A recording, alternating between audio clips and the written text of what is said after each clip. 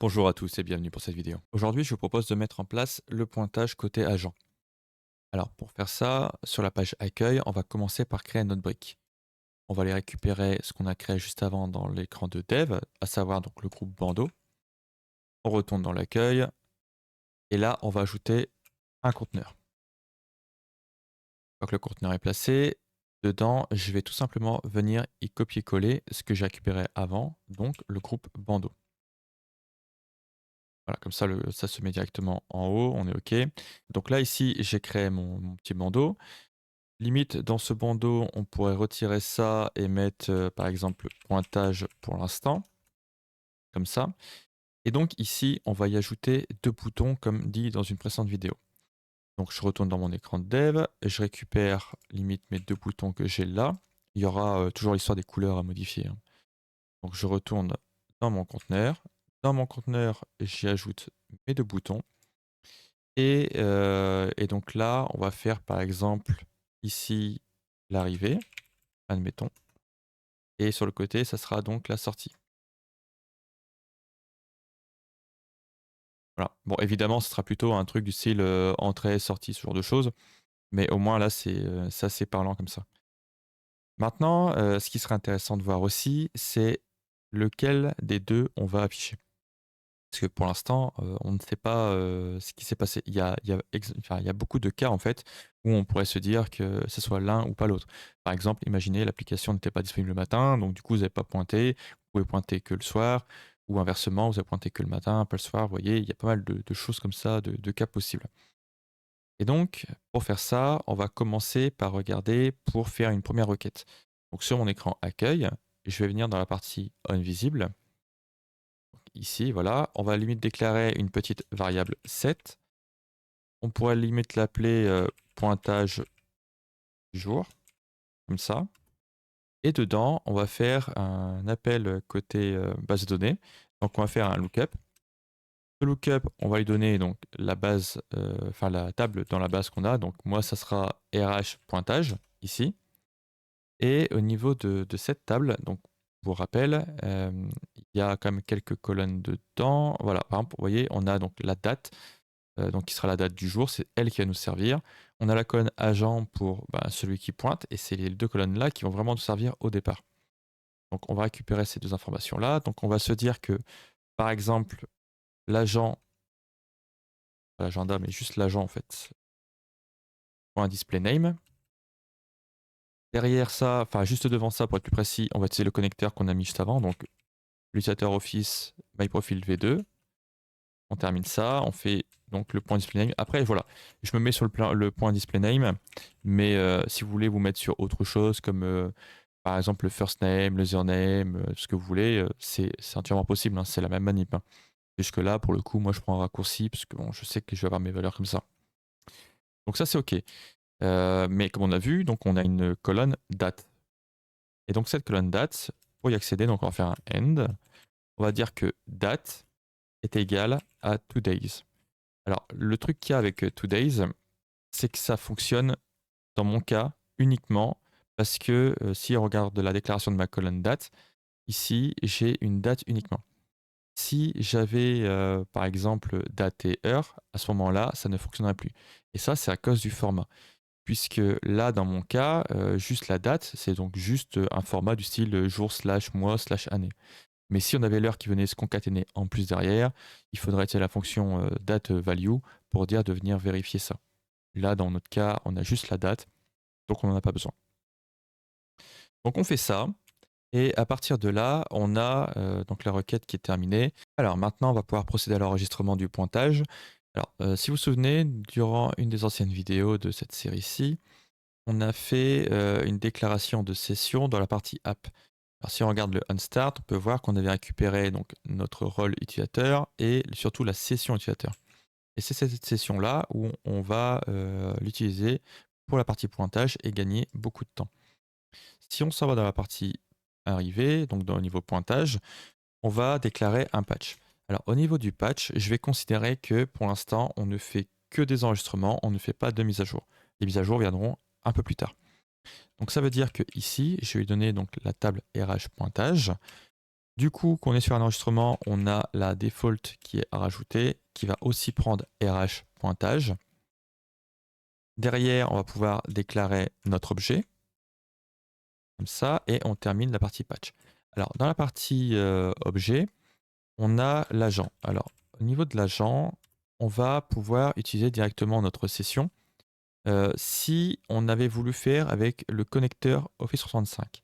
On se serait dit que naturellement, on aurait fait un utilisateur d'Office 365.myprofilv2. Derrière, il y a toutes les propriétés, display name et tout qui sont là, donc en faisant ça, ça devrait fonctionner. Sauf que non, ça ne fonctionne pas puisque le format d'objet n'est pas le bon. Donc par rapport à ça, on aurait pu se dire, eh ben, c'est pas grave, on va pouvoir créer l'objet à la main.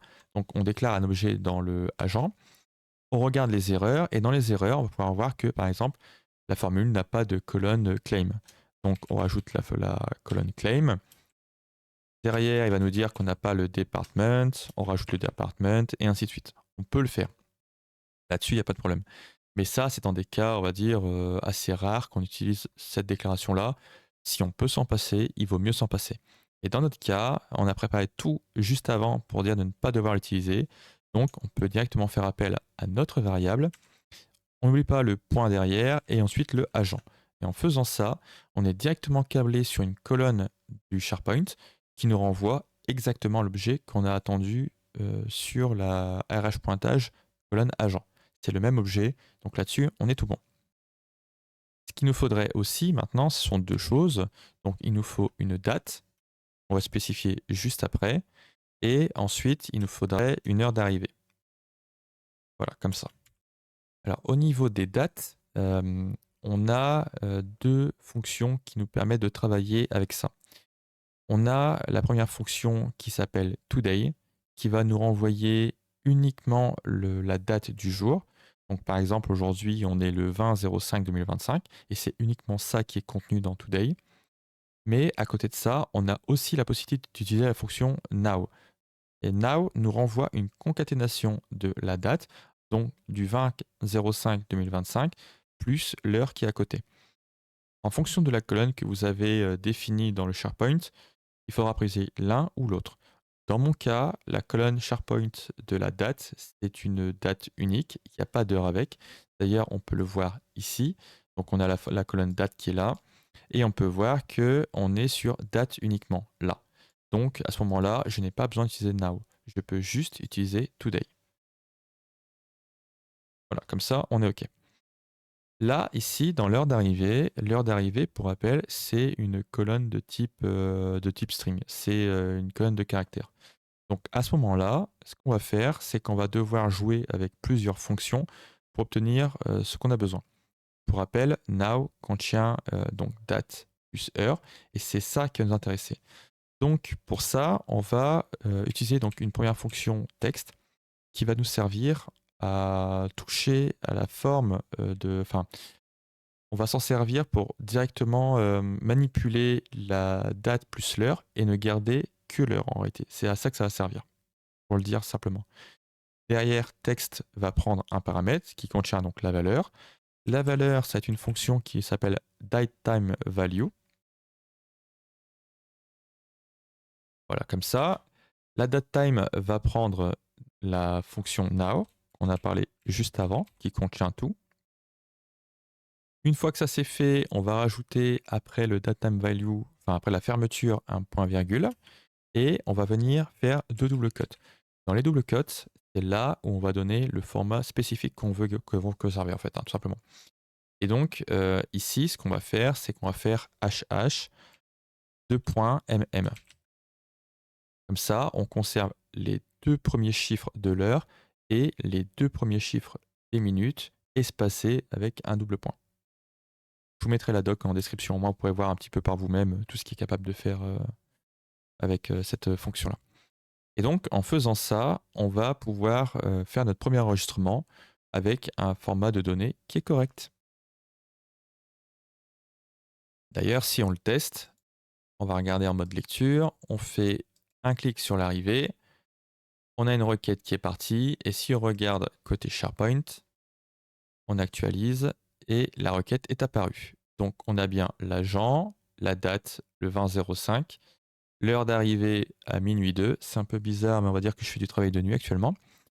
Et voilà, le statut est en attente. Ça, pour rappel, c'est un truc côté validation RH. Donc là-dessus, on est OK.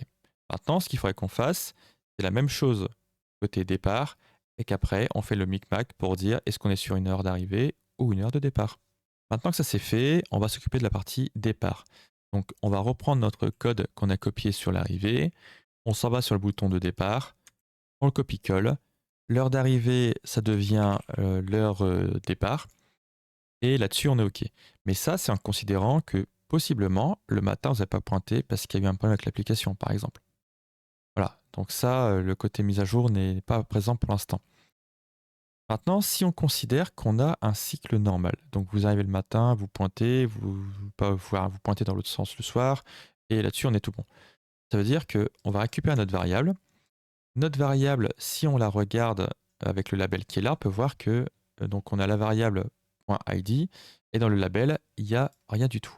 Tout simplement parce que, je vais mettre une bordure pour que vous puissiez mieux le voir, tout simplement parce que notre variable n'a pas été mise à jour. On a un enregistrement en base, mais on n'a pas mis à jour cette variable. Pour l'instant, je vous rassure, c'est volontaire.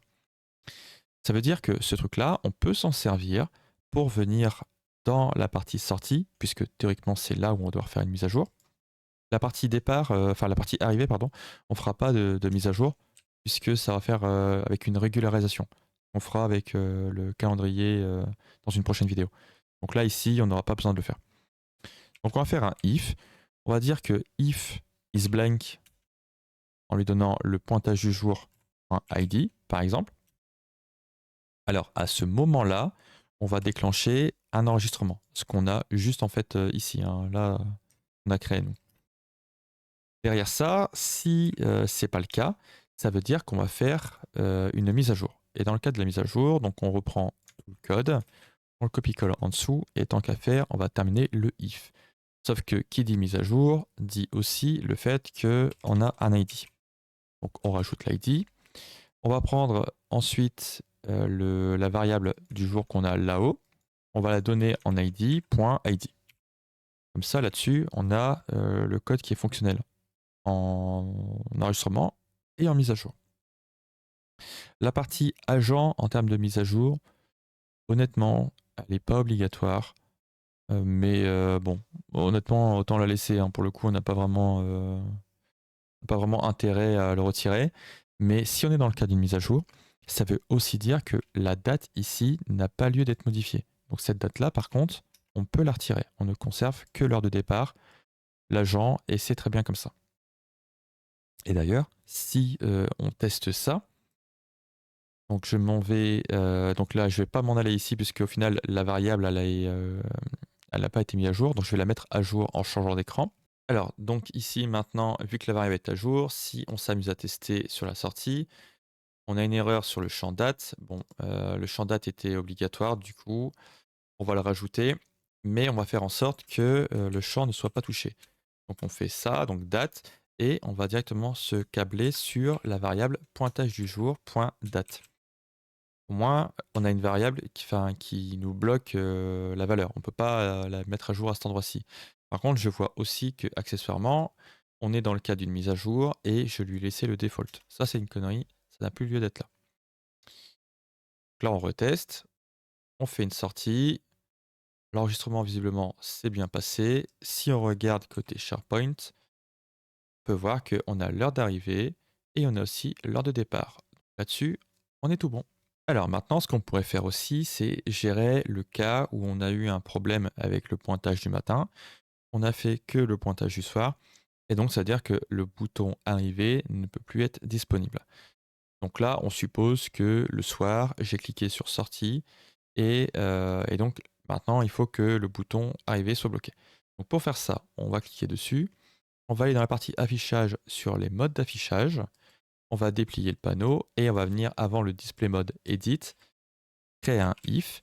Avec le if, on va vérifier grâce à la fonction isBlank que le pointage du jour par heure de départ est vide. S'il est vide, à ce moment-là, on va faire un display mode disable. Si pas, on va faire un display mode edit. Et à partir de là, on termine la chose. D'ailleurs, j'ai inversé mes 2 valeurs, moi, pour le coup. Donc on va mettre un inverseur devant le isBlank. Voilà, donc si il est pas vide, on disable. Si, il est vide, on est tout bon. Vous voyez, donc là, j'ai, une sortie, donc c'est OK. Et maintenant, limite, ce qu'on pourrait faire, c'est qu'on pourrait faire la même chose avec, les 2 boutons. Pour dire, si vous avez cliqué sur arriver, le bouton arriver peut se désactiver. Donc pour faire ça, on va reprendre le code qu'on a tapé juste avant avec le isBlank. On va venir sur le bouton de sortie, dans le mode d'affichage, et on remet notre condition. Comme ça, on est tout bon. Parce que là, grosso modo, on n'a pas besoin de vérifier par rapport au point d'arrivée. Mais dans le cas du point d'arrivée, on peut avoir besoin de le faire. Si on regarde, dans la condition, je vais juste remettre en forme le code, histoire que ce soit un peu plus lisible. Et oui, il y a une fonction pour remettre le code à jour en bas à gauche, mais bon, j'y pense jamais. Donc, si on a une heure de départ, enfin si on n'a pas d'heure de départ, à ce moment-là, on est en edit. Si l'heure de départ est présente, à ce moment-là, on est en disable. Mais ça veut aussi dire que si on est en mode edit, parce qu'on n'a pas de départ, on va devoir refaire une condition ici, à cet endroit-ci, pour dire que if isBlank du pointage du jour, point heure d'arrivée. Donc si l'heure d'arrivée est vide, à ce moment-là, on se met en display mode edit, puisqu'on peut cliquer sur le bouton pour enregistrer notre heure d'arrivée. Si pas, on se met en display mode disable. Voilà. Et en faisant ça, on a géré nos 2 cas. Comme ça, les boutons vont se bloquer automatiquement et on ne pourra pas avoir un risque où on a quelqu'un qui a cliqué plusieurs fois sur le même bouton et donc qui fout un peu le bordel à ce niveau-ci. Là-dessus, on est OK.